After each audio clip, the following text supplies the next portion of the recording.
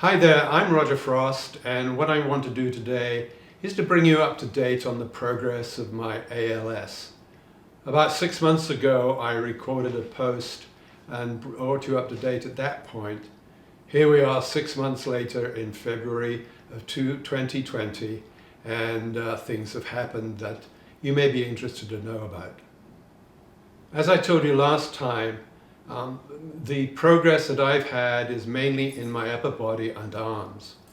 Right now I can't use my arms for anything, not even scratching my nose, without being able to get the one arm to push the other arm up there.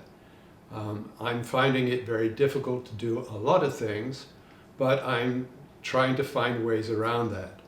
For instance, I can get a cup up onto the counter using a move that was taught to me by the Russian ballet.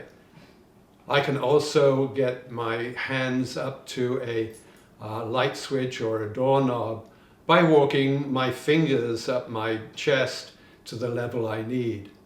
And also with the thermostat here, I can actually throw, at least some of the time, throw my hands up to the level I need to be able to adjust the thermostat. You may also note that my voice is perhaps not quite as strong as it used to was. This is an indication that my pulmonary processes are deteriorating somewhat. And with further evidence of that, back in August when I started this series of exercises, my pulmonary scores were up in the 90% range. In December, they were down into the mid-80s, and a couple of weeks ago, they were down into the 70s. Now this has implications for other things that I'm going to be experiencing. The most important one being that if those scores get down into the 50% range, doctors will not insert a feeding tube into me. So I've got a decision to make right now is, should I have that feeding tube inserted now in anticipation of my pulmonary responses deteriorating? The folks at UVA are very adamant that I should do this, and I must admit that I'm leaning towards doing it. The problem is where to do it.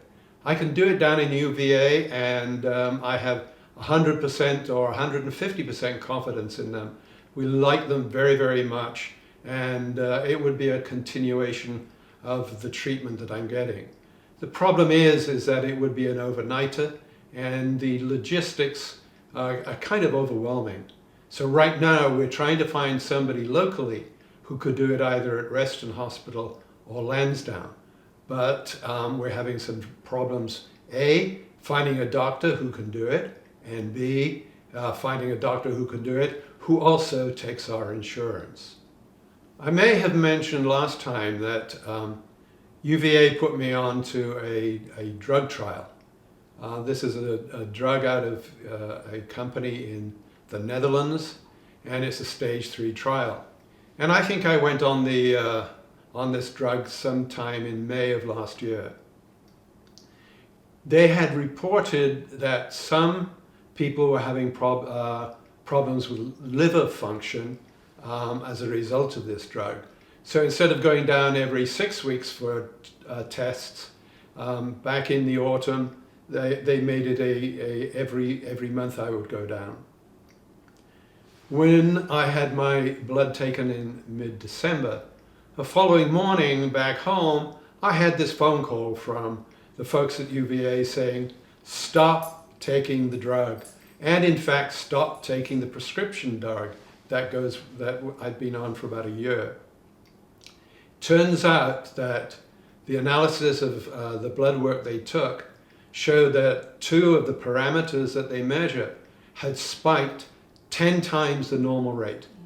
And this was going to be a major problem. So I essentially had liver damage from this. And it turns out that the prescription drug could also exacerbate that situation. So I've been off now the drugs for 2 months, and they are saying to me that because of that reaction, they're not putting me back on the drug trial.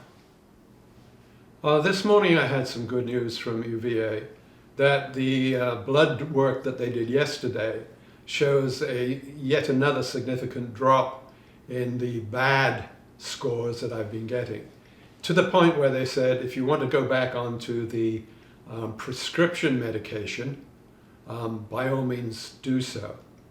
I'm hesitant to do that.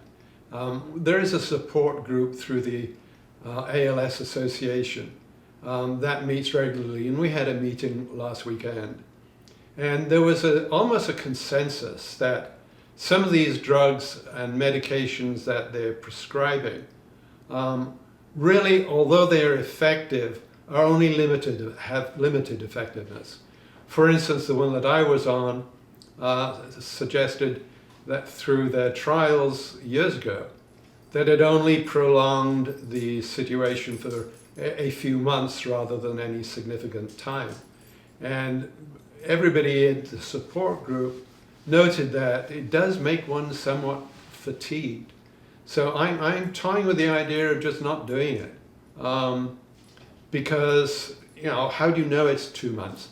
At the moment I'm feeling mentally pretty spry, and I really wouldn't want to spoil that situation.